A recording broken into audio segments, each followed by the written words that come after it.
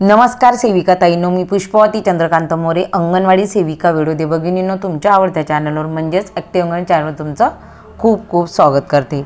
भगिनींनो, काल जो मी व्हिडिओ टाकलेला होता तर ECC डे अंतर्गत आपल्याला जो आज कार्यक्रम घ्यायचा होता 11 नोव्हेंबर म्हणजे आज आपल्याला तो कार्यक्रम देखील घ्यायचा होता आणि तो कार्यक्रम घेतल्यानंतर आपल्याला परत 5 वाजेच्या आत आपल्याला जी गुगल लिंक टीपीच्या ग्रुप आलेली असेल किंवा आपल्या परीक्षक मॅडमांनी टाकलेली असेल त्याच्यावर लगेच ती पूर्ण माहितीसह आपल्याला फोटो देखील त्याच्यात अपलोड करून ती माहिती गुगल लिंकची भरायची होती।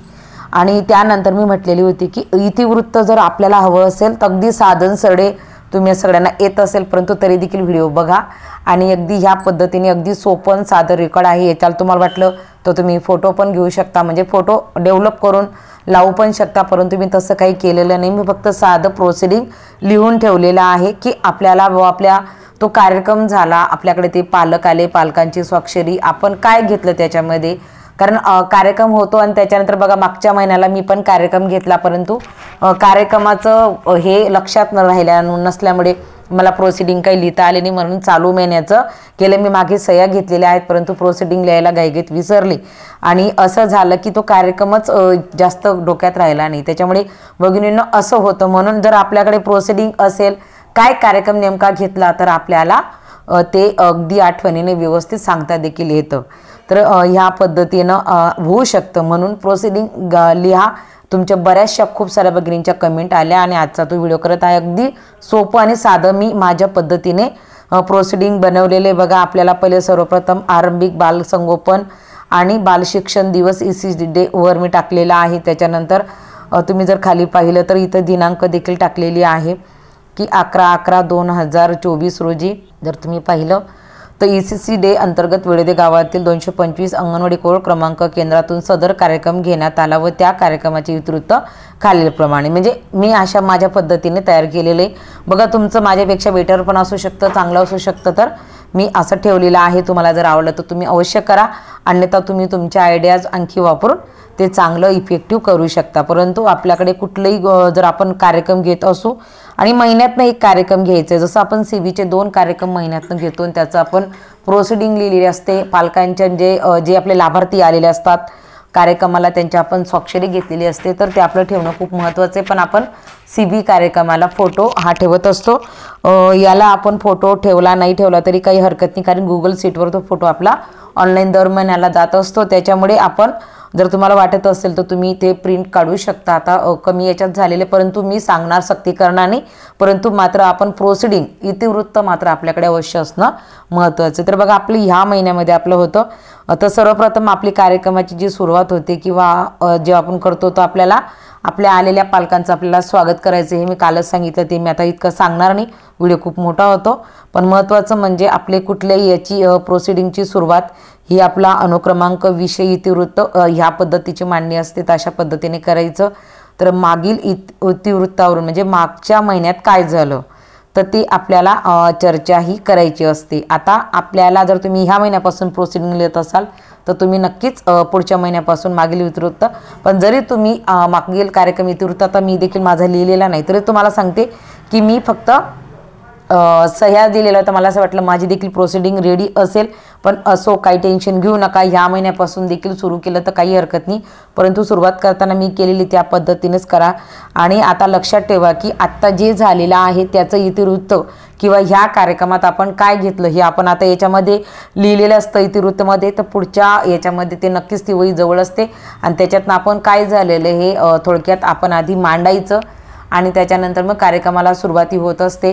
आपल्याला जो विषय महत्त्वाचा घ्यायचा असतो त्याला आपले विषय हा आपला घेतला जात असतो, त्याच्यामुळे आधी इतिवृत्त मागील इतिवृत्त हे घ्यायचं। इतिवृत्ताचा अर्थ म्हणजे जी तुमचं जे सभा झाली किंवा जो तुमचा ECC डे कार्यक्रम झाला त्याच्यामध्ये नेमकं काय झालं तर त्याचा थोडक्यात आपल्याला चालू कार्यक्रमामध्ये मांडायचं असतं। मग त्याच्यामध्ये काय प्रोग्रेस झाली, कारण की आपण आकारयुक्त अभ्यासक्रमाचे वेगवेगळे टप्पे ही घेत आहोत आणि नेहमी आकारयुक्त अभ्यासक्रम देखील आपण अंगणवाडी केंद्रात घेतो, परंतु विशेष कार्यक्रमामध्ये पालकांना पण सहभागी करून घ्यायचे, जेणेकरून आपल्यालाच त्याचा फायदा असा होणार की ह्या कार्यक्रमात तुम्ही पाहिलं की आपला चर्चेचा विषय होता बघा, ते पण मी पुढे बोलते तुम्हाला की या पालकांना सहभागी घेण्याचा हा महिन्यातनं एकदाचा जो उपक्रम आहे त्याचा फायदा कसा होणार आहे। तर बघा तर ह्या महिन्याचा जो आपल्याला 11 तारखेचा जो विषय होता तो म्हणजे काळजी घेणाऱ्यांची गटचर्चा।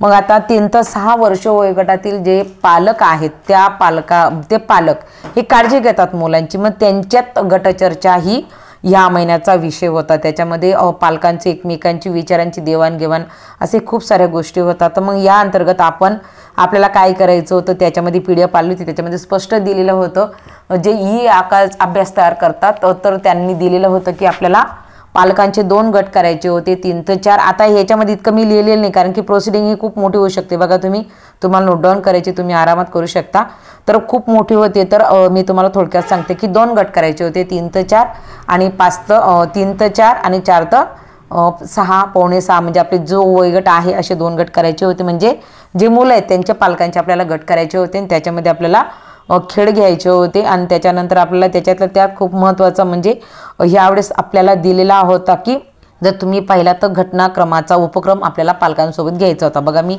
याच्यात त्याचा उल्लेख केलेला आहे, जेणेकरून मला पुढच्या महिन्याला ते आरामात प्रोसिडिंग इतिवृत्त हे मांडता येणार। तर मी तेच लिहिलेलं आहे। आपला कार्यक्रमाचा उद्देशच तो होता, घटनाक्रमांचा उपक्रम आपल्याला पालकांसोबत आधी घ्यायचा। आपल्याला 4 वस्तू म्हणजे आधी ब्रश लावायचा, त्याच्यानंतर साबण, कंगवा आणि नाश्ता, किंवा मग पालकांना आपल्याला विचारायचं होतं की क्रम त्यांना लावायचे होते। म्हणजे ते तुम्ही तुमच्यावर डिपेंड आहे कशा पद्धतीने। आता मी कसं घेतलं ते तुम्हाला सांगते। मी वस्तू ठेवून दिला आणि त्याच्यानंतर त्यांना अंदाज दिला की ह्या महिन्याला आपल्याला याच्यातनं शिकायचं, म्हणजे ह्या अंतर्गत आपल्याला करून घ्यायचं आहे। अगदी पालक देखील आनंदीने, म्हणजे माता पालकच आपल्या उपस्थित होतात, आजी असते, आजी पालक देखील असतात, पुरुष वर्ग म्हणजे जे पुरुष पालक असतात, वडील पालक ते शक्यतोवर खूप कमी सहभागी होतात, परंतु आपल्या माता भगिनी ह्या उत्तमरित्या ह्या कार्यक्रमाला सहभागी होतात। आणि एक बघायला गेलं तर आईच्या जवळपासच मूल हे रेंगाळत असतं आणि आई ह्या गोष्टी कळू शकते, त्याच्यामुळे त्यांचा 100% सहभाग असणं खूप अनिवार्य आहे। तर त्याच्यामुळे माता पालक आलेले होते आणि मी त्यांना दाखवलं की अशा पद्धतीने तर आपण ब्रश का घेतला, त्यांना आधी विचारायला लावलं की तुम्हाला काय वाटतं की याच्या संदर्भामध्ये मी ब्रश, साबण, कंगवा आणि नाश्ता हे वस्तू ठेवलेल्या आहेत, तुम्हाला काय वाटतं नेमकं हे कशासाठी घेतलं असेल, म्हणजे थोडं त्यांना अंदाज घ्यायला लावला। तर त्यांच्या डोक्यात काही येतं का, आता एक सुरुवातीची वस्तू सांगितली म्हणजे दुसरी लगेच लक्षात येते। तर मग त्यांना सांगितलं तर ब्रश म्हणजे सुरुवातीला उठल्याबरोबर बाळाने ब्रश करणं महत्त्वाचं आहे, तोंड धुणं महत्त्वाचं आहे, ही चांगली सवय त्याला लागणे। त्याच्यानंतर त्याने मग पुढचं आपोआप पालकांकडनं यायला लागलं की नंतर लगेच बालकाने आंघोळ करायला पाहिजे, नंतर तेल वगैरे लावून केसांना मग कंगव्याने विंचरायला पाहिजे, त्याच्यानंतर मग नाश्त्याचं मात्र मला सांगावं लागलं। म्हणजे काही गोष्टी अशा असतात की मग आपण म्हणजे ही माझ्या परीने मी घेतलेलं, कारण आपल्याला सांगितलेलंच नाही कसं घ्यायचं, पण आपण आपल्या परीने घेऊ शकतो। आता लहान आणि मोठ्यांमध्ये आता ते पालक खूप एन्जॉय करत, म्हणजे अगदी आनंदाने तो खेळ खेळत होते, त्यांना देखील त्याच्यामध्ये इंटरेस्ट होता। मग तसंच त्यांनी जसं त्यांना वाटलं तसं मुलांमध्ये देखील आहे आणि आपण ॲक्च्युलीमध्ये ते घेत असतो। तर त्यांना तसंच सांगितलं की आपल्याला ह्या महिन्याचा जो विषय होता की काळजी घेण्याची गटचर्चा, तर याच्या अंतर्गत आपल्याला जो घटनाक्रम होता तर याच्यानुसार बालकाला चांगल्या सवयी तुम्ही घरात कशा पद्धतीने लावू शकता। मग शौचालयातून आल्यानंतर त्याने साबणाने हात स्वच्छ धुतले गेले पाहिजे, जेवण करायच्या पहिले देखील साबणाने हात स्वच्छ धुवायचे। त्याच्यानंतर बाहेर खेळायला गेला असेल तर घरी आल्यानंतर त्याने हात स्वच्छ धुवूनच मग पाणी वगैरे प्यावं। या साऱ्या छोट्या छोट्या गोष्टी आपण त्यांना सांगायचे, नखं कापणे, म्हणजे ह्या सवयी तुम्ही लावायच्या आहेत। आणि त्यातल्या त्यात आपल्यासाठी ह्या उपक्रमाचा फायदा आता तुम्ही म्हणत असाल तर तो कसा, तर बघा आपल्याला याच्यातच जर तुम्ही म्हटलं तर ह्या कार्यक्रमांतर्गत आपल्याला शेवट त्यांना सांगायचं आहे की घरात आजूबाजूला कलर म्हणजे वस्तू असतात तर त्यांना त्याच्यातनं, आता समजा घरामध्ये आता मी ब्रशचंच उदाहरण त्यांना दिलं की आता माझा हा रंग लाल रंगाचा ब्रश आहे, तर तुम्ही अशी एखादी वस्तू लाल रंगाची असेल, पिवळ्या जो रंग असेल तो, तर मग आता समजा लाल रंगाचा ब्रश आहे तर मग घरामध्ये आणखी अशा रंगाचं तुला कुठं दिसतंय बाळा, मग हे आईने किंवा वडिलांनी जर त्याला दाखवलं तर त्याला लाल रंग हा परिपूर्ण लक्षात येईल। म्हणजे आपला जी रंग ओळख आहे ती आरामात बालक करू शकतो। म्हणजे आपण घेत असतो अंगणवाडी केंद्रामध्ये आणि प्लस आई वडिलांनी जर घेतलं तर ते बालक अजून प्रभावीरित्या त्याच्यावर आकारयुक्त अभ्यासक्रमाचा जो आहे तो मोटिव्ह म्हणजे तो परिपूर्ण त्याच्या लक्षात येईल ही गोष्ट। त्याच्यानंतर आकारचं देखील आता गोल आकाराची वस्तू, चौकोन, आता मी जेवणाचा डबा होता, आता हा आयत आकाराचा आहे, मग असं आयत आकाराचं काय असतं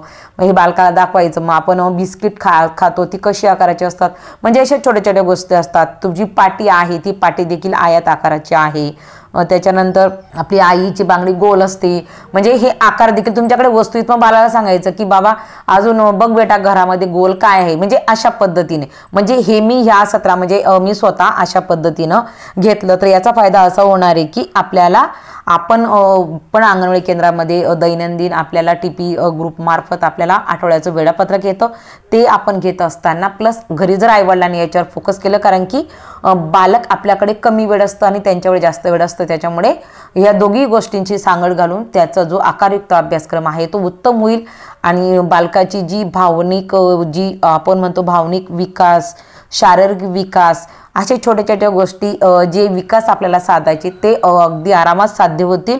तर ECCD अंतर्गत आपल्याला असे कार्यक्रम घ्यायचे। त्याच्यानंतर मी इथं पालकांच्या सह्या घेतलेल्या आहेत, आता तुम्ही जर पाहिलं तर तिथं देखील मी टाकून ठेवलेलं बघा। मी माझ्याच आयडियाने किंवा माझ्या डोक्याने मला जे आवडतं तशा पद्धतीने प्रोसिडिंग बनवते, तशा पद्धतीने लिहिते। आता इथं म्हणजे माता पालक आहेत, आजी पालक देखील आहे बघा। मी अशा पद्धतीने एक बहीण आलेली होती, तिथे मी किशोरी बहीण पालक देखील म्हटलेला आहे, कारण की काही पालक हे बाहेरील कामाला जात असतात, त्याच्यामुळे जे उपलब्ध आहेत ते त्यांच्यावर काळजी घेतात, लक्ष देतात, मग त्यांना देखील आपण अशा उपक्रमांमध्ये सहभागी केलं तरी चालेल। आता माझ्याकडे एक आजी पालक देखील आलेली होती, आजीना लिहिता वाचता येत नव्हतं, परंतु आजी उत्तर अगदी तुम्ही पाहू शकता अंगठा टेकलेला आहे आजीने, परंतु आजी अगदी व्यवस्थित उत्तर देत होती। 2 नंबरचं जे मी तुम्हाला म्हटले की घटनाक्रममध्ये की ब्रश नंतर साबणाचं उत्तर आजीबाईंनीच दिलेलं होतं, त्याच्यामुळे असं होऊ शकतं की पालक देखील खूप हुशार असतात, त्यांच्याकडनं देखील आपण अशा पद्धतीने जर केलं तर आपलं जे बालकांचं आकारयुक्त अभ्यासक्रम आहे तो उत्तम होईल। आणि अगदी छोटंसं आणि साधं जे आहे इतिवृत्त मी माझ्या पद्धतीने लिहिलेलं आहे, तुम्ही त्याच्यामध्ये ॲडिशनल देखील करू शकता, वाढवू शकता, परंतु मी मला वाटलं की मोजकंच लिहावं, म्हणजे एका पेजवर एक, कारण की आपल्याला CBE असतात, खूप सारे रजिस्टर आपल्याला करावे लागतात आणि साधारणतः हे रजिस्टर आपल्याला एका वर्षासाठी पुरेल अशा 1-1.5-2 वर्ष जाईल अशा पद्धतीने एका पेजवर जर आपण केलं तर उत्तम होईल। तर मी असं माझ्या पद्धतीने सभेचं इतिवृत्त ह्या पद्धतीने लिहिलेलं आहे। तुम्हाला जर आवडलं तर नक्कीच तुम्ही कमेंट करा, म्हणजे मी दर महिन्याचं जे इतिवृत्त आहे ते माझ्यापर्यंत येईल आणि तुम्हाला आयडिया ज्या येऊन जातील तरी आजच्या व्हिडिओच्या माध्यमातून मी तुम्हाला सांगण्याचा प्रयत्न केला। जर व्हिडिओ आवडला तर लाईक करा, तुमचं याच्यावर काय मत आहे, अजून तुम्हाला कुठल्या संदर्भामध्ये व्हिडिओ आहेत। आता मी मासिक अहवाल 2-3 व्हिडिओ हे करणार आहे मागच्या महिन्याच्या याच्यावरनं, तर तुमची त्याच्यासाठी डिमांड आहे का, काही नवीन भगिनींच्या कमेंट आलेल्या आहेत, त्याच्यामुळे मला असं वाटतं की हा व्हिडिओ सेविका सोबत मदतनीस ताईने देखील बघावा, कारण भविष्यामध्ये तुम्हाला देखील प्रमोशन होणार आहे, त्याच्यामुळे तुम्ही बघत चला। आजच्या व्हिडिओच्या माध्यमातून एवढंच, धन्यवाद।